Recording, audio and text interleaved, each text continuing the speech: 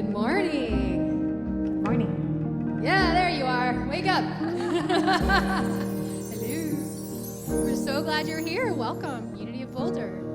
So this is Joshua Grimshaw Beck. Sorry, it's difficult. Okay. So he is joining us to sing today, and he's going to do an original song a little later in the service, so I think you'll enjoy that. But right now, we are going to start with a song, so if you would stand up with us and sing along, let's get that energy going.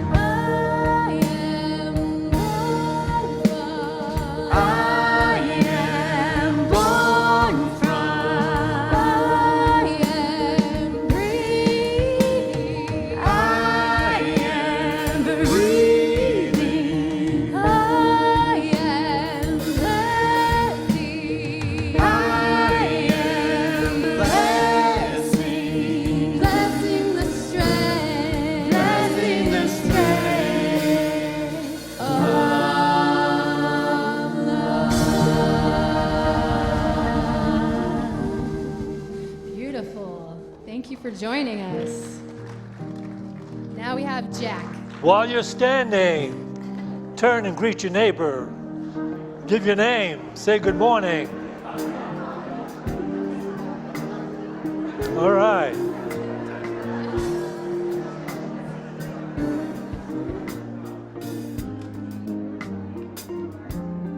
Okay.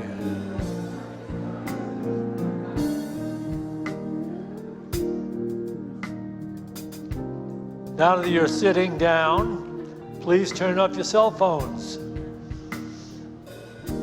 Yeah. Spend the hour away from the world.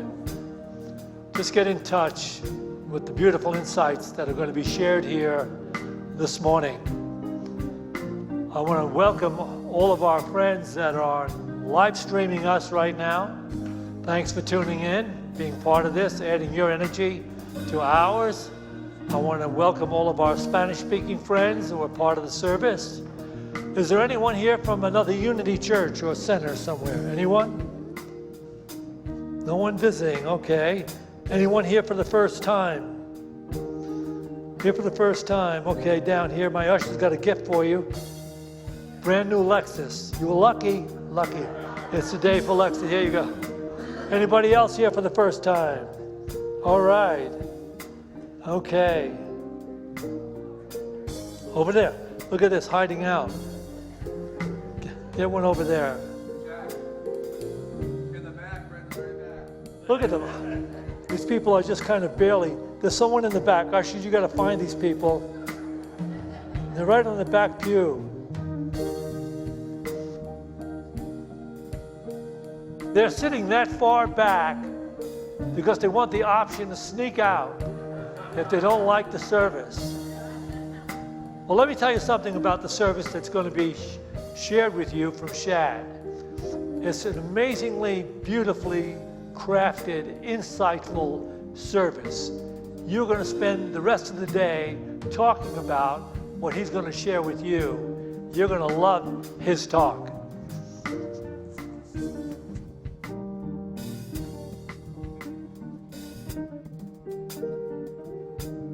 Yes, that is correct. After the service, I actually want to remind you, if you want to have a discussion about that, we're going to circle up our wagons in the back of the sanctuary over here, and we'll have a brief discussion about the topic of this Sunday's talk, so I invite you to join me for that. And if during the talk you have questions or comments that come to mind, go ahead and write them down so you remember them when we get over there, and you can share with the rest of us and ask questions and have a conversation. All right, away we go. Our first announcement is, waiting for my slide to pop up here. Okay, so if you didn't know, we have a garden in the back of the church along with a labyrinth.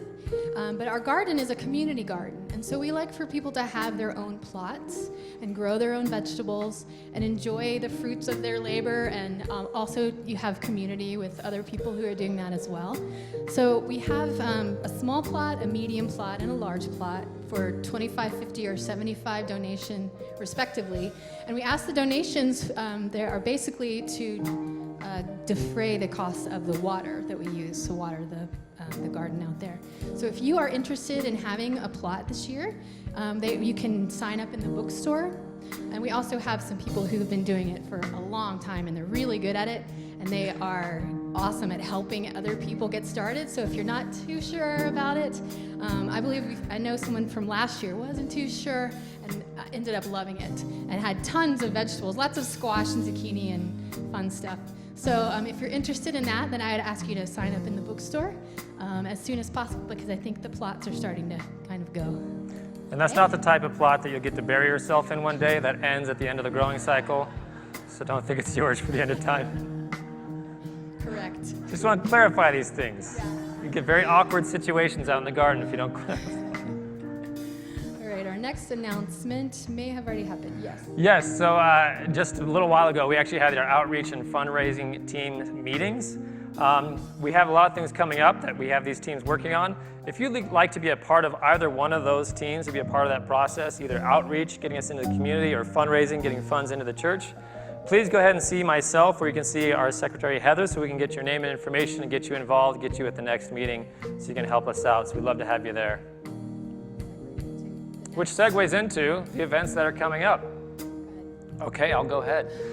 We decided we need to be at more festivals, to have a booth at a festival, so we put our money where our mouth is, and thanks to Tom, one of our congregants, got our rear ends in gear to make it happen. So we have 2 festivals coming up, Erie on the May 18th, and then the Boulder Creek Festival, which is multiple days, May 25th through 27th. We're going to need people to help out with those booths, because that's full-day events. So we need to have shifts rotating in and out to help us with those booths. So we're going to need your names, and the outreach team is actually working on gathering those names, making a schedule, make sure we're all taken care of there. So if you can be a part of that, that'd be great. And also, to go along with that, we're putting together a group called Voices of Unity, and we want to get out in the community, and it's just to sing fun, happy songs, just to get ourselves out there, and these will be trying to be featured at these festivals. The idea is we'll start kind of slow with some easy songs and build up from there. Maybe do some flash mob type stuff, if you know what that is. Those are lots of fun. But anyway, it's also another way for us to come together as community in the summer and sing and enjoy music. So our first rehearsal is going to be this Thursday, May 2nd at 6 p.m. And we'll kind of meet together and talk about things, see what types of music we want to do, and look at all that sort of thing. So if you're interested to sing, if you play the guitar, we need a guitarist. So yeah, just come out and join us. I think it'll be a lot of fun. I just have a quick little flash mob story. I was a part of a flash mob at the MGM Grand dining room, and no one in my group knew I was a part of it, and the whole thing started with random people in the room just started dancing at their table and singing, and later all of my friends in my department were like, "We can't trust you anymore." But that was so unnerving that you just started doing that. We just can't trust you anymore. It was a really weird response. Anyway, moving on. Thanks for sharing. I had to. And lastly, we have Nia. So have you guys heard of Nia dance? No? Yes? So it's a form of creative expression. It's very popular in this area as far as I know. But what we're doing is we're offering a free class next Sunday. It's sort of a demonstration class. So it's for all ages, all genders, all levels of experience, all levels of activity. But it is spiritual movement. It's getting into your body, and it's amazing from what I understand. I have not personally done it yet, but I'm looking forward to it. So next Sunday at 1:30, come to our introductory class and just check it out and see if it's something that you'd like to continue with, because we will be offering it Tuesdays, Wednesdays, and Thursdays starting in May in the mornings. So you can be a part of that class as well. And I think that's all. Okay, thank you. Thank you.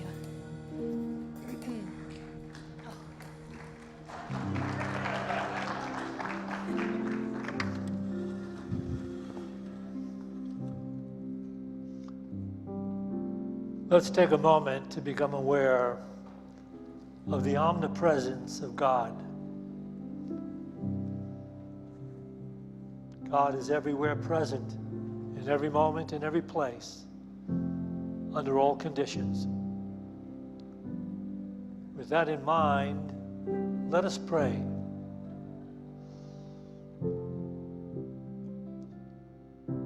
With each breath, let us relax and rest in the divine presence of the living God. I rest in the divine presence of the living God.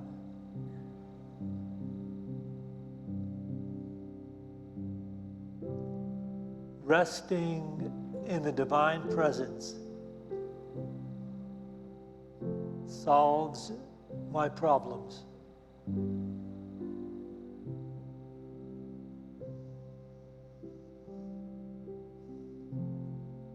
Resting in the divine presence brings peace.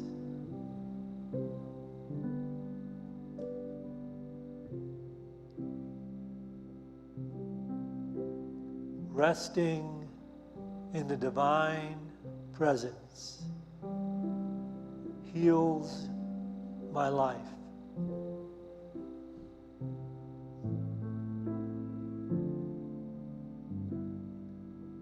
Resting in the divine presence makes me feel good.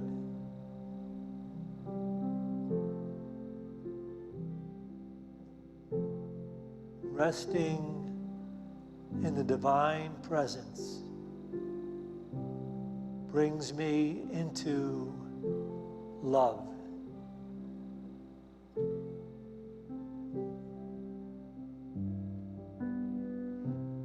As we go forth now, let us go forth into this day, carrying with us the awareness of the presence in every person, in every place, in every condition. For this opportunity, we give thanks in the name and the power of that presence, the living Christ. Amen. Oh, and if you have a particular challenge you want to share or pray with someone about, just remain seated after the service. One of our prayer partners will come down and escort you to our beautiful meditation room and share a prayer with you. So we'd like to stay in that spirit of prayer and ask you to sing along this song with us.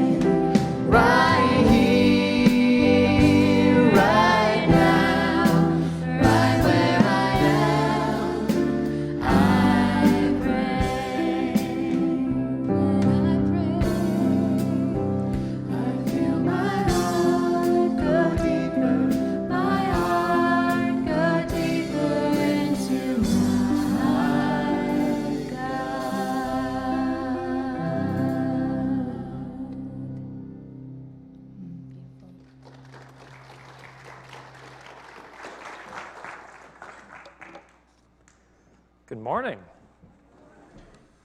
How are we? Very good. All right. We are going to get some things kicked off here with some words of wisdom, or what might be the lack of wisdom. Here we go. This is an article that came out recently. It says, Elon Musk, robots will take your jobs. Government will have to pay your wage. Let's go ahead and read this article a little bit here. It says, computers, intelligent machines, and robots seem like the workforce of the future. And as more and more jobs are replaced by technology, people will have less work to do and ultimately will be sustained by payments from the government, predicts Elon Musk, the iconic Silicon Valley futurist, who is the founder and CEO of Solar City, Tesla, and SpaceX. According to Musk, there really won't be any other option. There's a pretty good chance we end up with a universal basic income or something like that due to automation, says Musk to CNBC. Yeah, I'm not sure what else one would do. I think that is what would happen. Inspiring, isn't it? So if you're not familiar with what a universal basic income is, it is the idea that says since all of our jobs are going away, every individual will have to be given a basic allotment of money to survive on. Basically, someone or something or some agency is going to pay everyone not to work so that technology can take their place in the workforce. And let me just share a quick observation about Elon's statement here. Elon is one of the foremost authorities, if you don't know, on technology, our future, and how automation is being implemented into our lives. He's one of the biggest influencers in us heading in this direction. But when he speaks on this particular topic, it never quite sounds to me like he truly understands human nature. Or he really has a genuine concern for what will happen to these billions of people when their careers vanish. But in many ways, I'm actually a huge fan of what Elon does. He does a lot of really great things, but when it comes to this topic, I don't agree with him.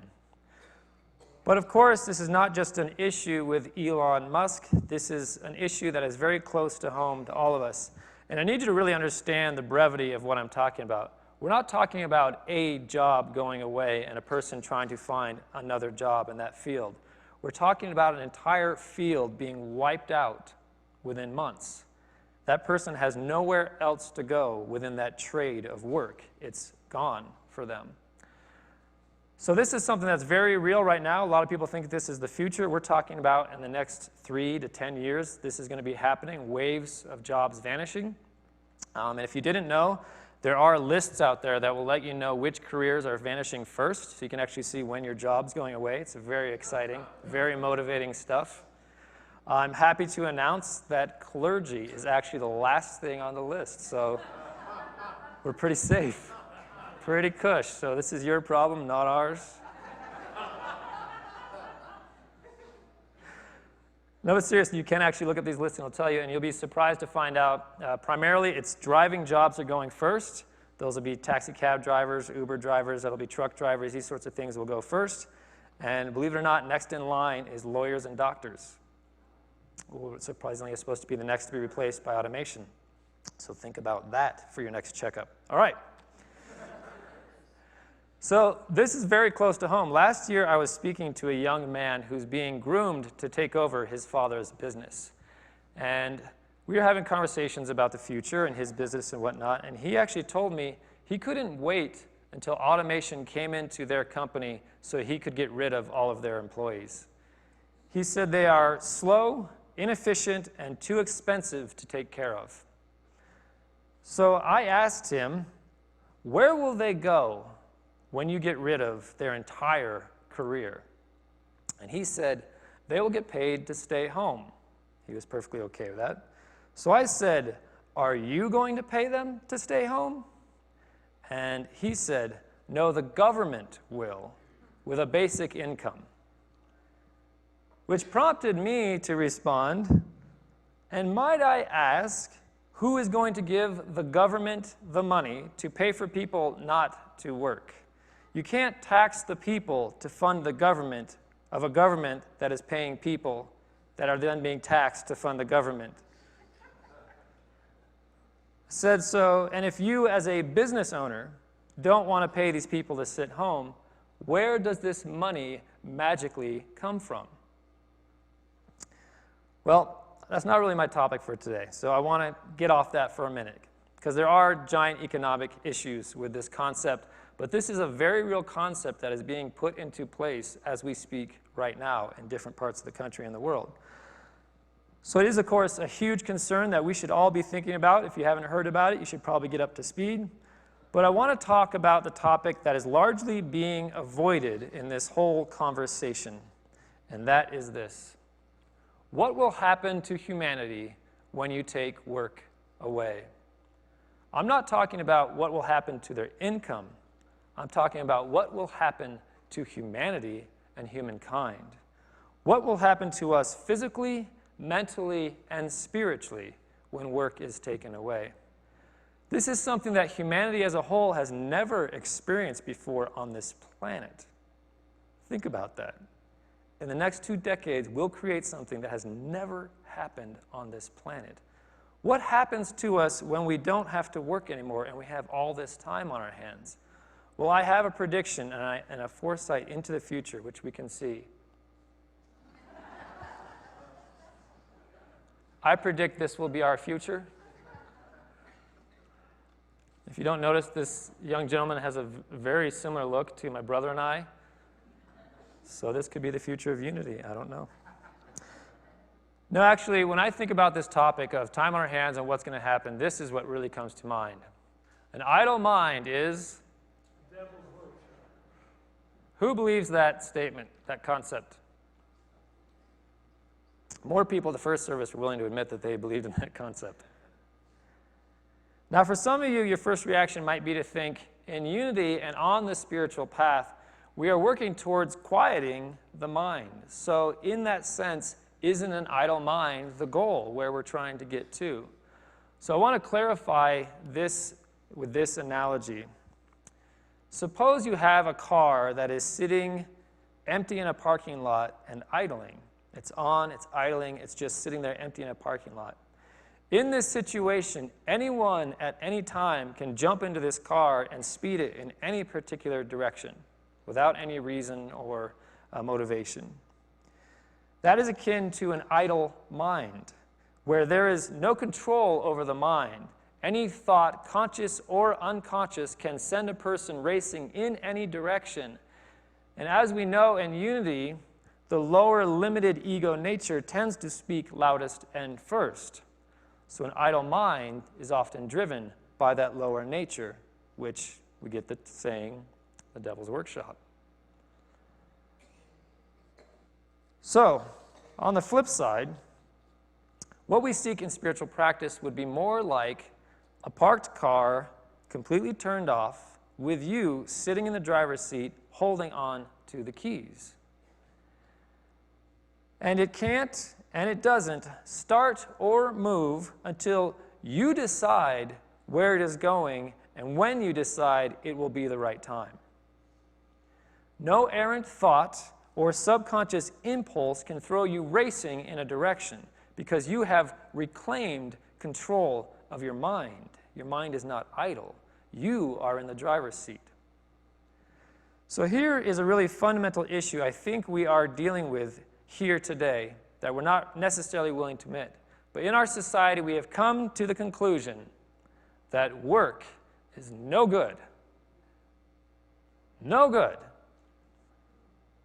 People actually refer to it as having a J-O-B. Has anyone ever heard someone say that? Raise your hand. Have you ever heard someone say my J-O-B, referred to their J-O-B? As if a job is a horrible condition you contract, like jobs have gone airborne like a virus, and they're infecting people all across the United States with this J-O-B syndrome. We have vilified the idea of work in our society, and we've made hating work a part of our everyday culture. It's cool to hate your job. But here's the kicker. The average person will actually spend 35% of their life at work. And what a waste if you spent that time hating it, loathing it. 35% of your life, which leads me to this cartoon. It says, no one ever said on their deathbed, I wish I had spent more time at work. But that's the concept that we've associated with work, that it's this horrible bad thing that we'd never want to have looked back on and said, I worked a lot, or I enjoyed my work, or that was valuable.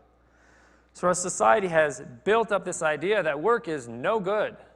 And by doing so, a large portion of our lives is spent in the stress that surrounds doing something that we have decided we don't like, or we despise, or we loathe, or we can't stand. So then it becomes really easy to sell us on the idea that we should find a way out of work. How many industries are out there designed to help you find a way out of work? Find a way to stop working altogether. Back in my days of real estate investing, I went to a lot of seminars to learn how to do it right and how to negotiate things. And every seminar was based on the concept of creating passive income so that you could finally stop working. Get rid of that J-O-B, they would say, and the room would chant it together. Get rid of that J-O-B, because then you'll finally become free. Part of the American dream is early retirement. The sooner you stop working, the better. Right? Isn't that what we're told? Work on that early retirement. Well, that may not be the reality of what has been sold to us. Did you know that retirement is the 10th most stressful thing that can happen to a human being in their lifetime? Statistically, it's the 10th most stressful thing that could ever happen to you. Do we often talk about that? Get to that retirement, and you're just going to be so stressed out of your mind. It'll be amazing. I know in first service, a few retired people looked at me when I said that, and they're like, yeah, that's true. The 10th most stressful thing. And as we know, stress is the root of so much illness. So this is actually from, not quite there, quite here. verywellhealth.com. This is an article talking about retirement, and it says, in one of the most well-done, statistically speaking, studies of retirement and health, researchers found that retiring had a negative impact on health. It found that the retirees had 51% increase in the risk of death after controlling for things such as wealth, education, marital status, etc. I think many of us have probably actually seen this to be true in our own lives. When someone stops working, their health begins to fail. Has anyone else noticed that?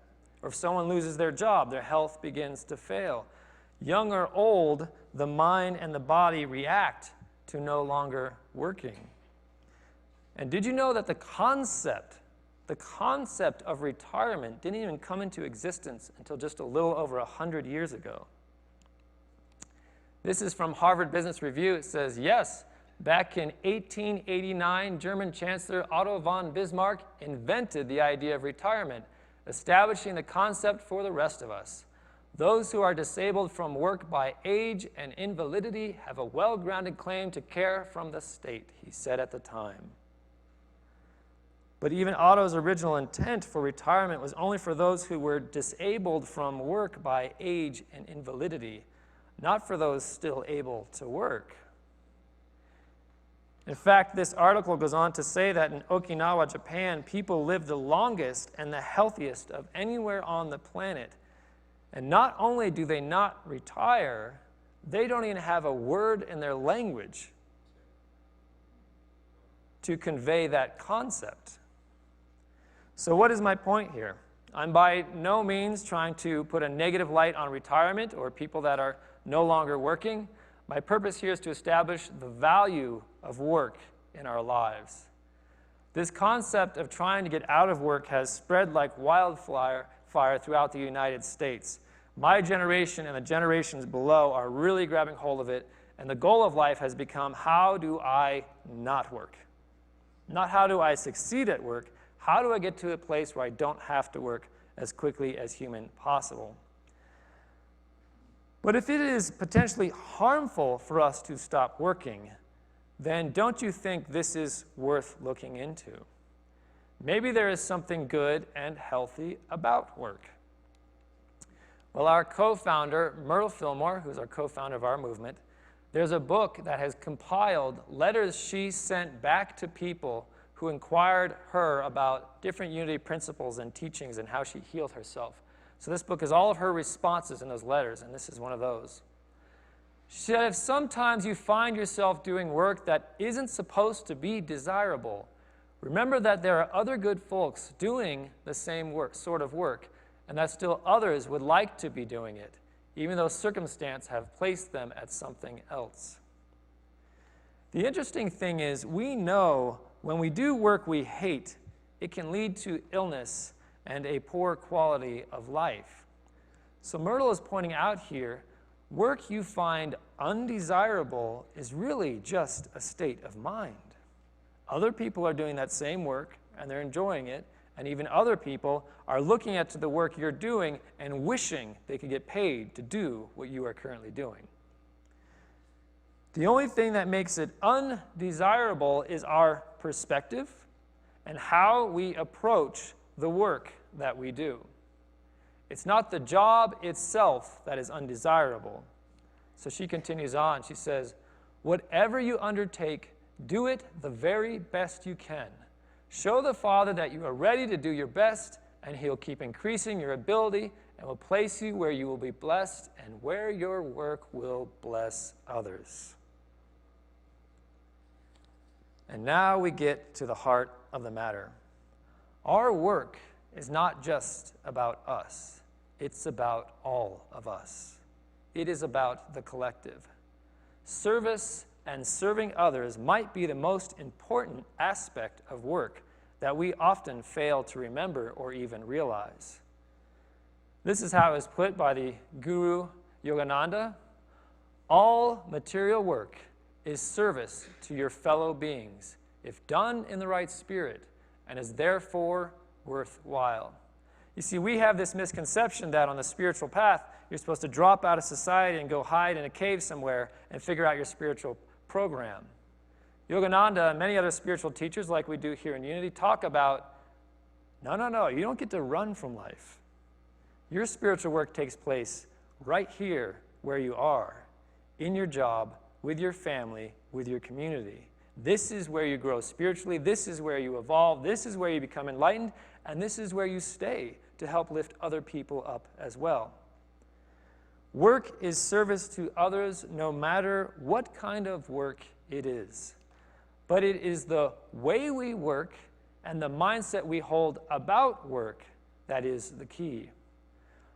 One of the most important spiritual practices on the path, or even for those not on the path, is to serve others, to give of yourself to something bigger than yourself. It helps us connect, it helps us learn humility, and it helps us learn the power of giving. The universe is based on the power of giving. The universe is always giving to help us flow and move forward, and our responsibility is to learn how to flow with that and carry that giving on forward, to pay it forward. So in that sense, you have 35% of your life already dedicated to working on that one spiritual practice. That's something worth bragging about. Come on, you should be excited about that. You've already spent 35% of your life on that one spiritual practice. But when we make work just about money and fulfilling our own personal wants and needs and desires, we are missing the purpose of it. Consider for a moment how many times in life we looked for a job with the mindset of, what can I get? What can I get from this company? What can I get from this situation? As opposed to, what can I give? How could I use this particular company to give more and to reach more people? Regardless of what it is, whether we're creating paper, whether we're driving cars, whether we're picking up trash, whether we're running numbers in a database, how could I use this company to reach more people that I can help? If you shifted the way you looked for a job with that mindset, it's a totally different experience. I have done that. I actually consciously did that once in LA when I was looking for a job out there. I sat down and I said, this company needs me to help them fulfill what they're trying to do. I went down, I sat down with that, and I said, they need me. I'm here to help them do that, and they're going to find out how much they need me in this interview. And the interview was the most amazing interview I've ever had. Because I knew I was there to help them do what they were trying to achieve, which is to reach more people. Ultimately, that's what any company is trying to do, whether they know it or not. So let's look at this from the New Testament book of Acts. Many people assume that Luke the physician is the one speaking here in Acts, but historians today are still not clear on who wrote the book of Acts. Either way, he's a very wise and beautiful individual, and this is what was said. You know for yourselves that I worked with my own hands to support myself and my companions. In all this I have given you an example that by such work we must support the weak, remembering the words of the Lord Jesus, for he himself said, it is more blessed to give than to receive. Do we show up to work with the mindset of being in service? Do we show up to work with the intent of trying to reach and help more people? What can I do today in this job to make more of an impact on humanity? Regardless of what the job is, because I hear people say all the time, no, there are jobs like doctors and nurses that impact people. My job is mundane and it doesn't. That's ridiculous. I'm talking about the mindset you show up to work with, your perception of your position. Work is very valuable in this way. It puts us in a consistent cycle of service. It gives us purpose, fulfillment, direction, and ultimately a deep sense of value and accomplishment. So now I ask you, what happens if all of that goes away? Let's steer this topic back to the concept of automation replacing all of our human jobs and people being paid not to work. You see, the real issue is not how we come up with the money to pay people when their job and their entire career vanishes within months. As I see it, the real issue is, why are we letting companies dictate to us the kind of world we are going to live in? Why are we buying this spin campaign which tells us laying off billions of people is a good and necessary thing because progress is more important than people? Do we really believe an automated future is a better future? Do we really believe having all these things done for us is going to help humanity evolve and grow and expand? You see, for decades, our society has learned that if an idea is packaged well enough, we are going to buy it, even if it is to our own detriment. We have been sold on this idea that work is not necessary, and the sooner we're done with it, the better. Bring on the robots so that I can sit at home and just drown myself in digital distractions. And what makes me sad is that there is a belief among people I talk to that automation is already here, it's already coming, and there's no stopping it. So we might as well make our stand and embrace it and make sure we get our standardized basic income out of it. But here's an idea. How about we choose what we want for our future and stop letting corporations choose for us?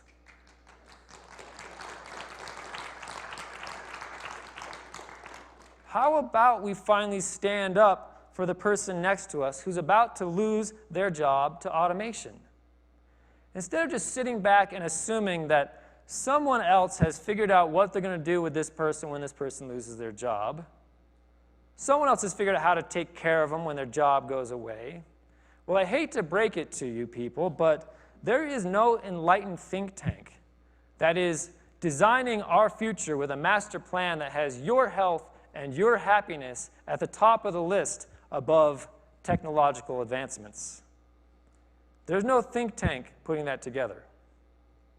The only people thinking about this in a very serious and concerned matter, recognizing of how much of a pressing issue it is, are regular people like you and I sitting in this room today.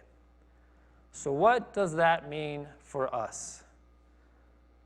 Real quickly, I invite you to look to your left, at the person to your left, if there is one, and then look to your right, at the person to your right. Go ahead and just glance around the room at everyone here. Now, if you are even remotely concerned about the welfare of those people you just saw, you will have to start making decisions to protect their future. You might be in a position where you don't have to worry about it. You might already be retired. You might be soon to be retired. You might have huge savings. I want you to look around the room and say, am I even remotely concerned about the welfare of everyone else in this room? Because if I am, I'm going to have to start making decisions to protect their future. And then we could talk about the children, which is a whole other issue entirely. But perhaps if you still eat junk food, you can refuse to eat at places that use Flippy, the automated burger flipping robot. This is something we absolutely needed to have, right? Because remember, someone's livelihood actually depended on that job. Someone's family depended on that job. How about this? Self-checkout. At the grocery store, at Home Depot, everywhere else. First of all, why am I doing my own checking out when I'm buying your products? Bagging my own products at your store? What kind of customer service is this? When you go shopping, why don't you refuse the self-checkout and you demand they put a real human being behind that counter to help you? Even if there is a line there, take the time to stand in that line so they get the message, I'm not going to check myself out. I'm going to support this human being, hire another one, and open another line. How about this? The next time you fly, maybe you refuse the human microwave. Well, not there yet. And request an opt-out pat-down by a real human being. Did you know you can request an opt-out pat-down? Raise your hand if you knew you can request an opt-out pat-down. You have the right to request an opt-out pat-down by a real human being. And so I do that every time I fly. It takes only about an extra 5 minutes, and I get a free massage every time I go to the airport. So think about that. I actually had a TSA agent start to give me a lecture about the radiation in this machine is less than the radiation you're given the airplane. It started his whole spiel, and I've studied radiation. I'm a sound engineer. I know sound waves. And I said, let me stop you right there. The only reason I'm doing this is so that you keep your job. And he gasped and said, oh, thank you. How about this next one? You might even consider supporting your local business that employs real people to move inventory, instead of opting for that quick delivery from a business that has all but replaced humanity in its entire corporation. Not going to say who it is. You can probably figure it out. It rhymes with Cramazon.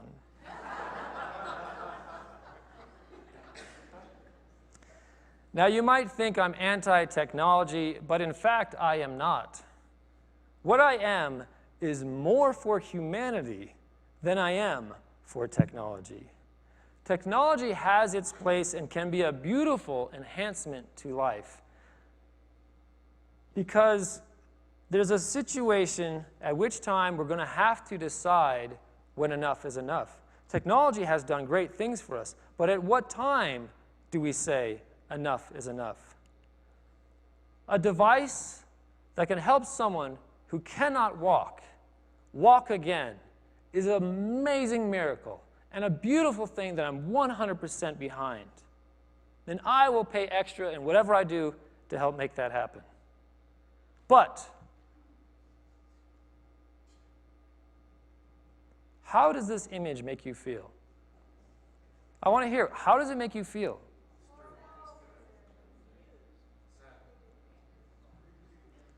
It makes me feel a little bit sick in my stomach. I feel a little bit of sickness in my stomach to see this image. This isn't some future thing. This is today. That is a real picture of real children in someone's living room. And if this is your children, I apologize for offending you right now.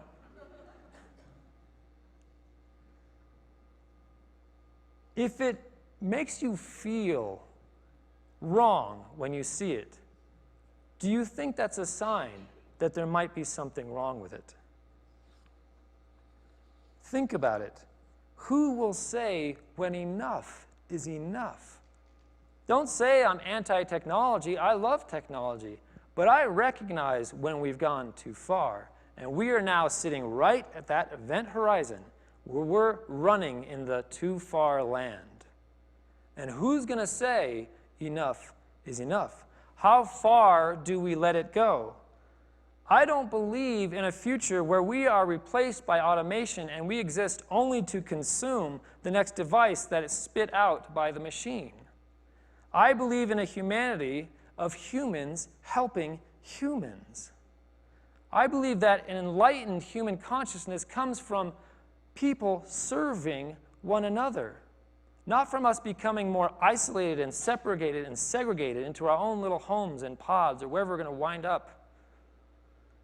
I believe work is a powerful tool for growth and a necessary part of existence. And there's a timeless and simple Zen saying that addresses all of this. Before enlightenment, chop wood, carry water. After enlightenment, chop wood, carry water. Working in the world is just as much a part of life before enlightenment as it will be after enlightenment. Our work is service, and it honors others. It honors our fellow brothers and sisters, and therefore our work honors God. The universe rewards good work. Have you ever recognized that?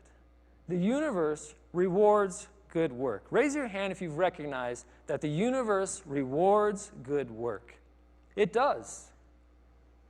And so it's time that we do two things, two simple tasks I'm giving you for this week and the rest of your life. One, shift our perspective about work. Two, stand up for humanity over progress. We do this even if that means sacrificing a little bit of our conveniences. And that is the truth as I experience it. Let's take this.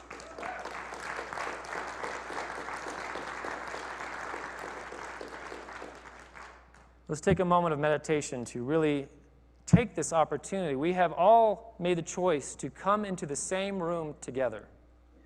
And more of us need to start making this choice to come into the same room together and to share in this consciousness and this experience by proximity.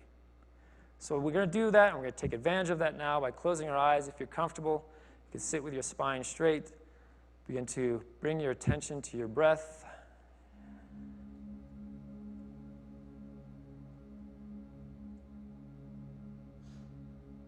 We all found each other today.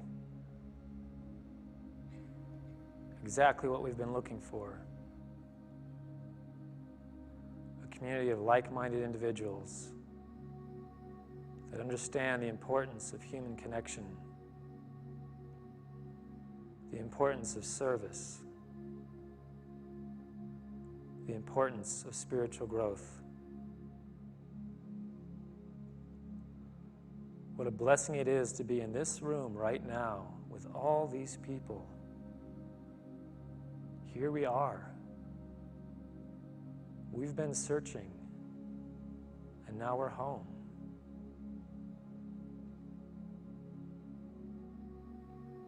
And so we take this opportunity to rest in the miracle that is, to take it down deep into that place of peace and gratitude,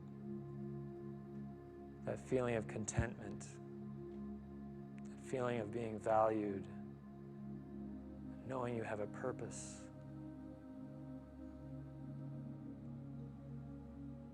We take it down deep and we slow down the heart with our breath. As the heart begins to slow down, we slow down the mind. As the mind becomes still, we will hear. We will feel a voice that very clearly lets us know when enough is enough. Sometimes it does require us to slow down, to silence the chatter, so that voice can simply whisper, enough is enough. You have enough. You don't need more. You are valuable just the way you are. The entire universe is already at your disposal. What more could you possibly need? Can you not slow down enough and be patient? What is the hurry? What is the rush? Does it really have to be quicker, faster, and cheaper? Can we not recognize the quality, the power, and the value of human labor? Can we not reward those that still recognize that same thing? We rest in this peace as we listen and feel this voice.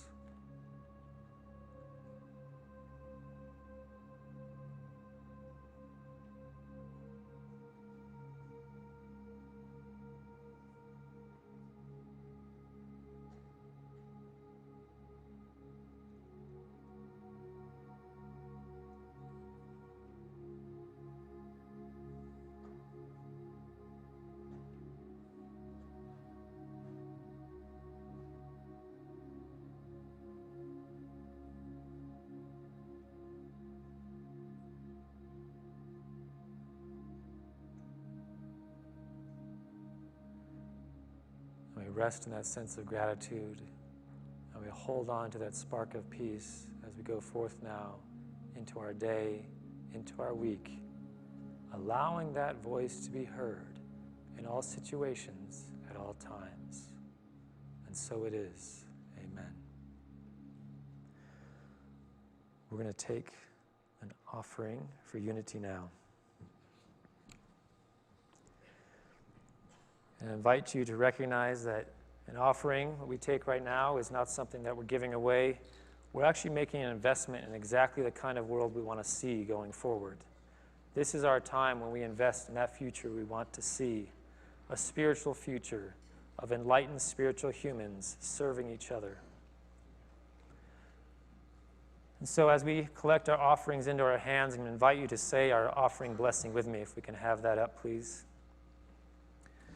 Go ahead and join me in saying, divine love through me blesses and multiplies all that I have, all that I give, and all that I receive because I give. And if you're joining us by live stream, I invite you to join us in this giving process right now as well. So this is Joshua Gribshaw Beck. Thank you, I said it right this time. So he's going to do an original song for you all. We're going to sing along with it. And there's a part that I think you'll be able to catch on. So we'll put some words up on the screen, and I think you'll enjoy it. But he's going to talk a little bit about the song right now. Thank you. I wrote this song as an affirmation song for myself, as I often do, for myself and others. And it's a reminder to honor the abundance available to us in any particular moment, regardless of the circumstance, and to not let lack be an excuse for not serving with our greatest strengths, talents, and skills, which to me is purpose, serving humanity, or dharma. So I've fused the two words abundance and dharma together and came up with the word Abhan Dharma. And so this song is called Embodying Abhan Dharma. Abhan Dharma. Take in another look at what's available to you. No more waiting for the right time or someday to follow through.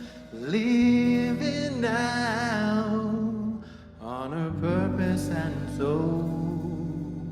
Reveal abundance hidden in front of you, and Dharma's living on a roll.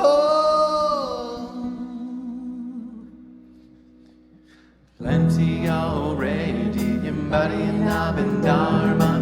Plenty already embodying Abhan Dharma. Plenty already embodying Abhan Dharma. Plenty already embodying Abhan Dharma. Plenty already embodying Abhan Dharma. Plenty already embodying Abhan Dharma. Plenty already embodying Abhan Dharma.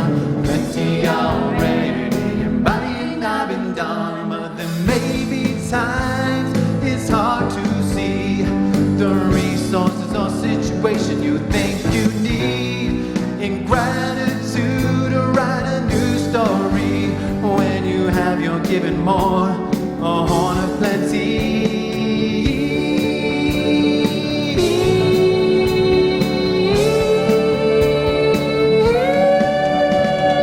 Plenty already, embodying love and dharma. Plenty already, embodying love and dharma. Plenty already, embodying love and dharma. Plenty already, embodying love and dharma. Plenty already, embodying love and dharma. Plenty already, embodying love and dharma. Plenty already, embodying love and dharma. Plenty already, embodying love and dharma. Plenty already, embodying love and dharma. Plenty already, embodying love and dharma. Plenty already, embodying love and dharma. Plenty already, embodying love and dharma. One more time. Plenty already, embodying love and dharma. Plenty already, embodying love and dharma. Plenty already, embodying love and dharma. Plenty already, embodying love and dharma.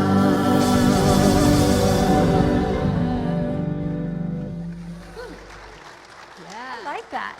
That's fun. That'll get stuck in your head. Trust me.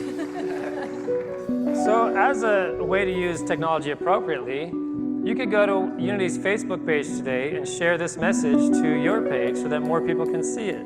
Technology being used for good. All right, so there are recordings of this message available in the bookstore on CD and DVD immediately following this talk. We're also going to have fellowship over here and tea and cookies and whatnot. The ministers will be over there to speak to you. We'll be gathering in the back of the sanctuary right here if you want to have a brief discussion about this topic. And what else? And Tisha will be speaking next week, so you want to make sure you come back for that. It's going to be another powerful message there. I think I did it all. Did I do it all? Yes. Yeah, you probably did it. Why don't we stand up and rock out to our final song? I release and I let Go, I let the Spirit run my life, and my heart is open wide. Yes, I'm only here for God. no more struggle, no more strife. With my faith I see the light. I am free in the Spirit. Yes, I'm only here for God. I release and I let go. I let the Spirit of my life, and my heart is open wide. Yes, I'm only here for God. No more struggle, no more strife. With my faith I see the light. I am free in the Spirit. Yes, I'm only here for God. I release And I let go. I let The Spirit run my life. And my heart is open wide. Yes, I'm only here for God. No more